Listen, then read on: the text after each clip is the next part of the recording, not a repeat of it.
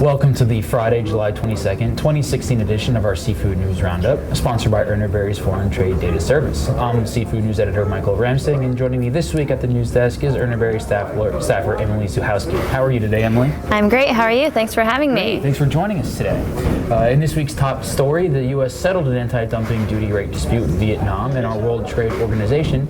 But first, let's take a look at some of this week's top stories. The sockeye salmon run in Alaska's Bristol Bay peaked on July 15th with 2.4 million sockeye caught in 24 hours.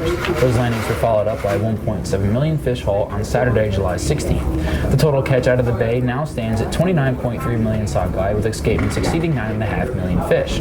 As of last week, Alaska's total salmon run stands at 40 million fish, including landings from several districts. Escapements are in the mid to upper end of the preseason forecast ranges in all districts except in Togiak. Pacific Seafoods hopes it can take advantage of new direct flights from Portland to China. Starting this November, Cathay Pacific Airways will add 2 flights per week from Portland to China every Thursday and Saturday. The flights will use the airline's newest and biggest freighter, a Boeing 747-8F. Pacific Seafoods said the direct route from Portland should help it expand its market share in China for live Dungeness crabs.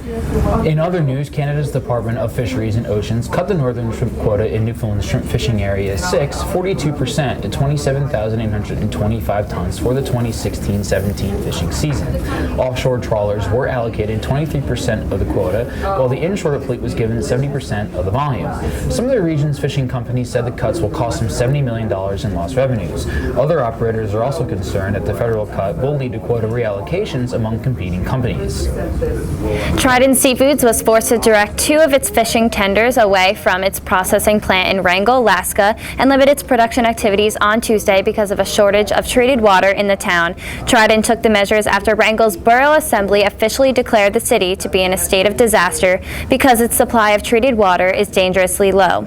Trident and Sea Level Seafoods are the 2 major processing plants that operate in Wrangell, which use about half of the town's treated water. Managers at both of the processors are now concerned about Wrangell's water treatment production capabilities and question if the utility could be relied on when fish production escalates next month. The water situation has been added to Wrangell Assembly agenda for its next scheduled meeting on July 26th.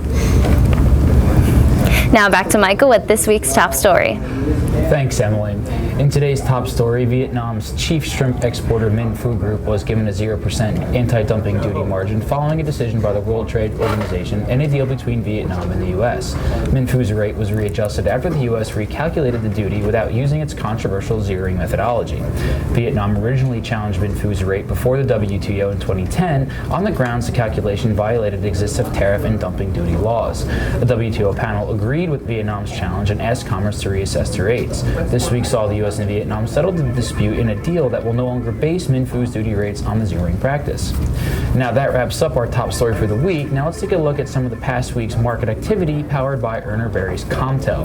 Thanks, Michael. This week, Urner Berry relisted its quotations for Brazilian lobster tails to coincide with the arrival of new season production.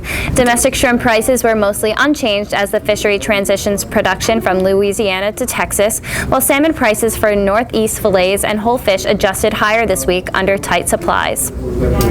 Thanks, Emily. Remember to log into seafoodnews.com for more news from around the seafood industry, and be sure to log into the Seafood tab in Comtel for seafood market quotations, news, and analysis. Today's show was brought to you by Urner Berry's Foreign Trade Data Service.